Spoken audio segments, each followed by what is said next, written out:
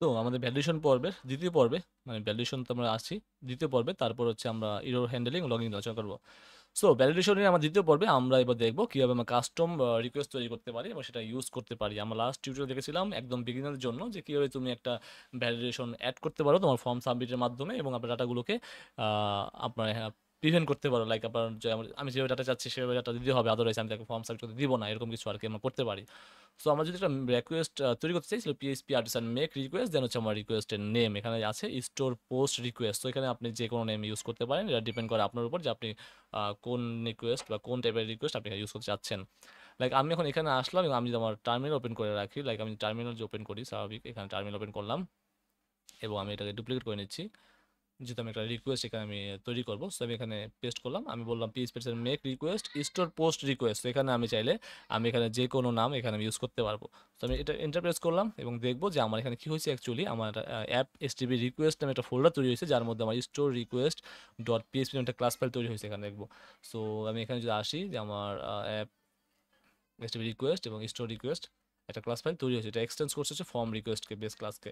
তো আমি ফর্ম রিকোয়েস্টে যাই, তো এটা দেখতে পাচ্ছেন যে আমার এক্সটেন্স রিকোয়েস্টকে এবং এটা অলরেডি ইমপ্লিমেন্টসও করছে এখানে। তো এখানে আপনি যা প্রোটেক্টেড সবগুলো দেখতে পারবেন যে কী কী এখানে আছে আর কি, অ্যাকচুয়ালি তার মেথড বা প্রপার্টিগুলো আছে,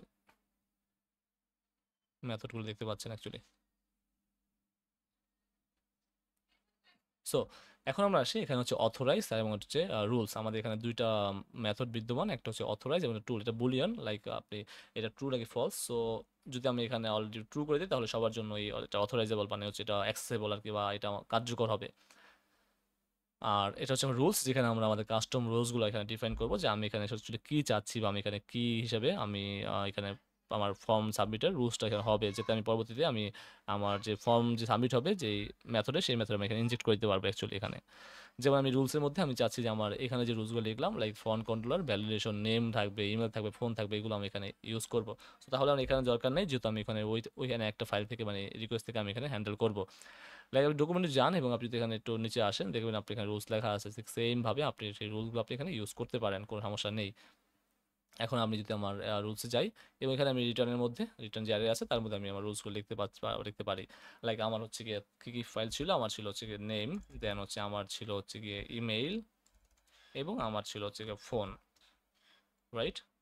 সো ফোন ছিল, যেটা আমি অলরেডি এটা কাজ করে আসছি। এখন আমি এখানে কি চাচ্ছি, যেমন আমি এখানে যেটা ছিল আমার, লাইক আমি এটা চাচ্ছি রিকোয়ার থাকবে ম্যাক্স হবে আপনার 255 ক্যারেক্টার পর্যন্ত। সো আমি এটাকে আমি এখানে পেস্ট করে দিচ্ছি। দেন আমার সেম থিং আমি এখানে এটা যাচ্ছি ইমেলটা। সো ইমেলটা দিলাম হচ্ছে সাপোজ ধরেন আমি 250 না দিলাম, 55 ক্যারেক্টার হতে পারবে বা 100 ক্যারেক্টার মতো হতে পারবে। দেন ফোনটা আমি রিকোয়ার্ড স্ট্রিং মিনিমাম ম্যাক্সিমাম বলতে পারি, সেটা নালেবল রাখলে এখানে নালেবল রাখতে পারেন, এটা ডিপেন্ড করে আপনার উপরে। তো আমি এখন কি করলাম অ্যাকচুয়ালি, আমি এখন কি করলাম, আমার যে রুলস সেটা আমি এখানে ডিফাইন করে দিলাম। আমার সেগুলো কিন্তু অথরাইজের মধ্যে আমরা চাইলে ট্রু করতে পারি, যেটা আমরা সবার জন্য অ্যাপ্লিকেবল হয়ে যাবে অ্যাকচুয়ালি।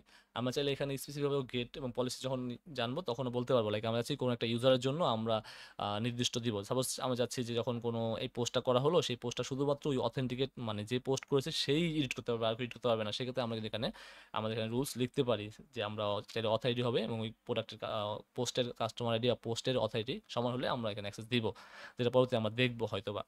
সো এই রুলসে আমরা কি বললাম, name same thing, email, phone. তাহলে এখানে সুবিধা কি, এখানে লেখার সুবিধা কি, আমরা তো এখানে এটা লিখতে পারলাম, তো এখানে কেন লিখলাম সেটা সুবিধা আমরা একটু পরে বলছি। এখন আমরা কি করব, এই রুলসটা আমরা এখানে ইমপ্লিমেন্ট করবো। কীভাবে ইমপ্লিমেন্ট করবো, লাইক আমি আগেও তো এভাবে লিখছি, সো আমি এখন এটা চাচ্ছি এভাবে লিখবো না। আমি কি করবো, আমার যে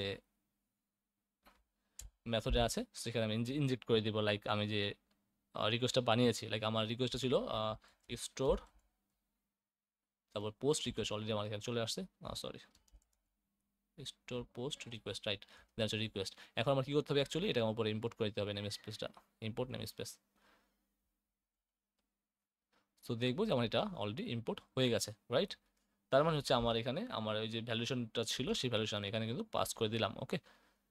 দেন রিকোয়েস্ট ভ্যালিডেট চলে আসবে। তো এখন আমরা এক কাজ করি, আমরা যদি এটাকে ফর্ম সাবমিট করি, ও আচ্ছা, দিস অ্যাকশন ইজ আনঅথরাইজ। তার কারণ হচ্ছে আমরা আমাদের যে রিকোয়েস্ট এখানে লিখছি সেটা কিন্তু আমরা এখানে ট্রু করে দিই নাই, যার জন্য এটা অ্যাপ্লিকেবল না, মানে হচ্ছে আপনি এটা কি করতে, ট্রু নট ইজ ট্রু, ওকে। যার জন্য আপনি এখানে ইউজ করতে পারছেন না। তো আপনি যদি এখানে ফর্মটা এখন সাবমিট করেন, লাইক আমি ডাটা দিয়ে আবার সাবমিট করলাম, দেখেন আমার same issue, the name field is required, the email field is required, the phone field is required. Okay, তার মানে ভ্যালিডেট পাস করে ফেললো। তো এখন যদি আমরা চাইলে আমার যদি আমার ডাটাগুলো আছে, তাহলে সব ডাটাগুলো আমার এখানে আছে রিকোয়েস্ট ভ্যালিডেটের মেথডের মাধ্যমে। এখন যদি আমি এটা ডিলিট করি, লাইক আমি যদি এই ভ্যারিয়েবলটা দেখি, তাহলে ভ্যারিয়েবল মধ্যে দেখবো যে আমার যে ভ্যালুগুলো আছে, যেগুলো আমি ফর্ম সাবমিট করেছি, সেগুলো এই ভ্যালুগুলোর মধ্যে আছে। এবং আপনি চাইলে সেই ভ্যালুগুলো ধরে আপনি চাইলে কিন্তু ডাটাবেজে সেগুলো আপনি ইনসার্ট করে দিতে পারেন, কোনো সমস্যা হবে না। লাইক আপনি রিড করলেন এবং আপনি এখানে এসে লাইক এটা দিলেন, সো আপনার ডাটাগুলো কিন্তু ইজিলি পেয়ে গেলেন। আপনি চাইলে এখন এই ডাটাগুলো নিয়ে ইজিলি কাজ করতে পারবেন। এবং আমরা একটা জিনিস ভুলে গেছি, সেটা হচ্ছে আমাদের এখানে ওল্ড নামে একটা মেথড আছে, লাইক আমরা ফর্ম সাবমিট করলাম কোন ডাটা দিয়ে, সেটা ভ্যালু থেকে যায়। লাইক আমি ভ্যালু দিলাম, এখানে আমাদের ভ্যালু থাকে, ভ্যালুর মধ্যে ওল্ড নেম মানে হচ্ছে আপনি ফর্ম সাবমিট করার পরেও যাতে আপনি এখানে সেই ভ্যালুটা পেয়ে যান। লাইক নেমেও দিয়ে দিলাম এবং ইমেলের মধ্যে ফোনের মধ্যে দিয়ে দিলাম। এখন ধরেন সাপোজ আমি একটা ভ্যালুয়েশন করলাম, নেম দিলাম, আমি এখানে ইমেল দিলাম এবং ফোন নাম্বারটা আমি পাস করলাম না, আমি সাবমিট প্রেস করলাম। দেখেন আমার কিন্তু the phone field is required চলে আসছে। এটা এখানে আসছে হচ্ছে ডিজাইনিং ইস্যুর জন্য। আবার মনে করেন না যে প্রথমটার জন্য এই ইস্যু, এরর ট্যাগ চলে এসেছে এটার জন্য। এবং এই ভ্যালুগুলো কিন্তু থেকে গেল, কারণ কি আমরা ওল্ড মেথডের মধ্যে আমরা তার প্রিভিয়াস ভ্যালুটা পাস করে দিচ্ছি, মানে এই নামটা পাস করে দিচ্ছি, যার জন্য সে ফর্ম সাবমিট করার পরে আমার এই ভ্যালুটা রয়ে গেল। ওকে, সো এটা হচ্ছে আমাদের ভ্যালুয়েশন নিয়ে আমাদের কাজ হয়ে গেল। এবং আমরা পরবর্তীতে এই ভ্যালুয়েশনটা আরেকটু আলোচনা করব যখন আমরা আমাদের গেট নিয়ে আলোচনা করবো, পলিসি নিয়ে আলোচনা করব, এগুলো নিয়ে আমরা আলোচনা করব, তখন আমরা এগুলো নিয়ে আরও একটু বিস্তারিত আলোচনা করব।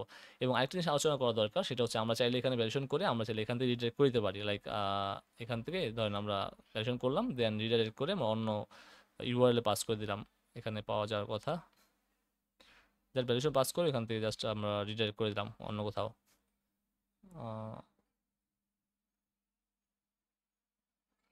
Note validation request, authorize request, custom your message আমরা দেখলাম একটু আগে, কাস্টম ইউর মেসেজ চাইলে লিখতে পারবো।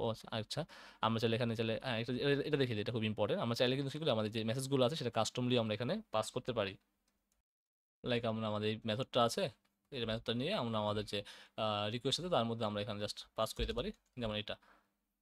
সো গেট মেথডটা পাস করলাম এবং এখানে যে মেসেজটা আছে, যে মেথডটা আছে তার মধ্যে আমার অ্যারে আছে, তার মধ্যে আমার চাইলে কাস্টম মেসেজ পাস করতে পারি, যেমন এখানে। তো আমি চাচ্ছি এখানে বাংলা লিখতে, লাইক আমার তুমি নাম, তোমার নাম দেওয়া নাই, লাইক এরকম। ওকে, তোমার নাম দেওয়া নাই, সেরকম কিছু লাইক এরকম, মানে বাংলাতে আমি দিলাম, এখানে চাইলে বাংলা টেক্সট পাস করতে পারি। আমি চাচ্ছি যে আমি মেসেজটা কাস্টমলি এখানে শো করাতে।